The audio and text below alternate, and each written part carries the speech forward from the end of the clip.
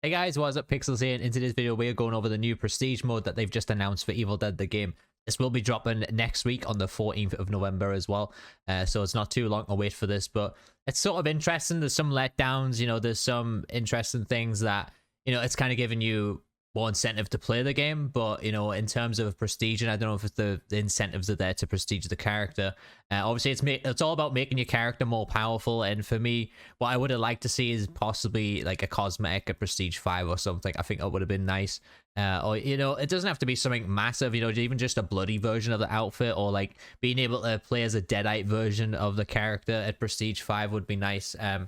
But as you can see in the image here, you've got the requirements here at prestige level. Improve your character up to level 25 and complete the character's challenges. So then you got the challenges of like, spend 13,500 seconds on objectives, win 20 games, perform 660 finishes, perform 390 headshots. So you can skip these with spirit points as well, but you've got to do these for every level, I do believe. I'm not entirely sure if it's like, to get in prestige 2 you need to do that many objectives, and then prestige 3 you need to win 20 games, prestige 4 you need to get 660 finishes, and then prestige 5 you need to perform 390 headshots. So it's not really descriptive about that, but from my understanding is you're gonna have to do some challenges in anyways to increase your prestige level, but you can skip them, like I said, with prestiges. So with the prestige rewards, you do get a special portrait that you'll see in the game on the character, so you can tell if that character's prestige. And then I think you get a better one every time you prestige the character, but we'll read through it. You can increase your max level now, so the maximum you can go up to now is level 30 on Survivor and level 50 on Demon. And as you can see, you can upgrade El Jefe. You do get a buff on a perk as well, which is really nice. So we'll just read through it anyway. So it says, how does it work? Players can now increase their maximum level to obtain exclusive rewards. As you progress, you will gain a new measure of power, additional skill points, screamers, and epic character frames to display your level of demonic mastery. And so we have the prestige mode breakdown. Survivor prestige 1, max level 26, you get a special frame as well, and you get a unique skill level. So that's a buff of a character skill that is already in the game, which I think is going to be interesting. Hopefully we can choose what skill we want to buff, but hopefully it's not just random, or if it's already selected for us, hopefully they have chosen a good one there. At prestige 2, the character goes up to level 27, they get a special frame as well. And then at prestige 3, they go up to level 28, they get a special frame, and they get a new screamer for their character. At prestige 4, it's level 29, special frame. At prestige 5 is max level 30 for the character, which, that's like an extra 5 skill points, which is pretty crazy. You also get a special frame there, and you get a unique skill level again to buff up a current skill that the character has as well.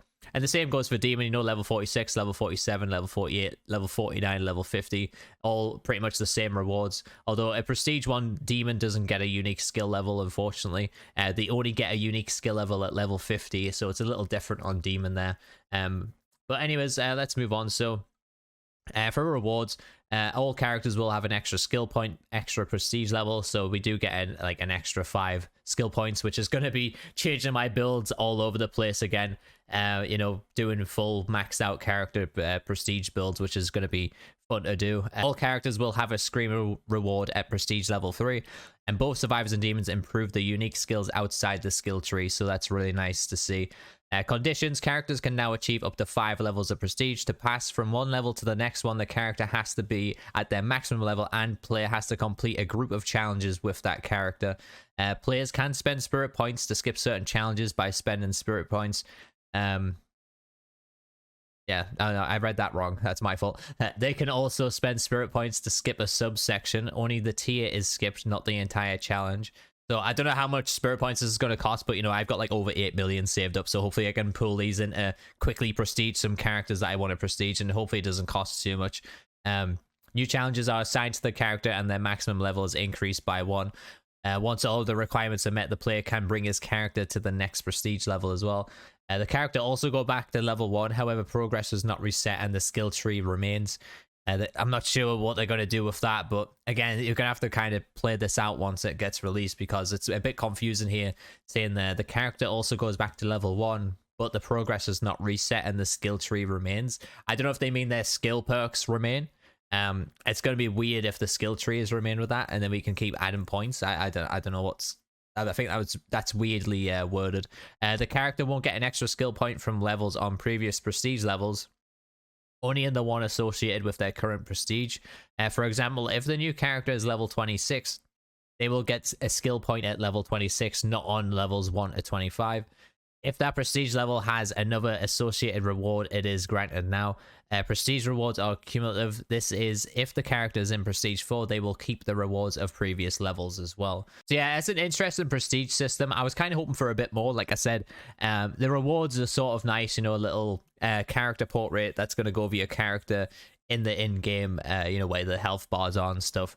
And obviously you get a nice little buff to your skills, and then you do have more skill points to spend on your character. The screamers I'm not a huge fan of as a prestige reward. Like I said, I would have preferred to see an outfit here or something, because, you know, like I said, even doing a bloody version of an outfit wouldn't take too long. You know, doing a Deadite version of the characters that's already in the game, but being able to select those to be a playable character on the Survivor side, it could be a little bit confusing, but, you know, they're not glowing bright red, so you can tell they're not possessed. It still would have been interesting to do that. You know, being able to run around as like a Deadite Ash or something as a prestige reward would have been nice. You know, even just bringing in some generic outfits as well, that would have been good. But, you know, I guess beggars can't be choosers at the end of the day. You know, it is something nice that we're going to be able to grind for once it does launch next week. So it's going to give me some incentive to play the game a lot more again, and, you know, to grind the game a lot more, because, you know, we've kind of been walking on eggshells a little bit in terms of trying to stay in the game itself. You know, the game is fun, don't get me wrong, but, you know, when you play so many hours every day like what I do, you tend to get burnt out no matter what game you play. And, you know, a particular game like Evil Dead, you know, I love Evil Dead, and that's what's kept me going on the game itself, is the franchise and, you know, all the characters and stuff. So that's what's been keeping me going for this. And, you know, I know a lot of stuff that's going to be dropping in the future of this game as well, so that's been one of the things. But, you know, now that we have the prestige system, I actually have something to grind for. You know, hopefully that's something to me to keep me tied over until we get some new DLC releases and stuff. So for me, you know, the prestige system, like I said, it has its pros and cons. You know, it's not a perfect prestige system. It reminds me a lot of the World War Z prestige system, actually, because, you know, if you leveled up or you prestige a character in World War Z, you would get a unique skin, a unique skill for that class. So it's a bit similar to that, but we're gonna have to do this for each character. So it is a tiny bit different, but not massively different. But yeah, I think it's interesting, honestly. Like I said, it's something to grind for in the game again, and I think that's what the game's been missing. But anyways, thank you guys so much for watching. Hopefully you enjoyed this video. Leave me a comment down below. Let me know what you guys think of the prestige system, what you'd personally like to see for rewards as well. You know, I'd love to see what people think of, you know, what the rewards are currently and what you'd like to see in terms of rewards instead. But thank you guys so much for watching. Hit that sub button, hit that like button, and I've been Pixels, you my awesome viewers. I'll catch you guys in the next one.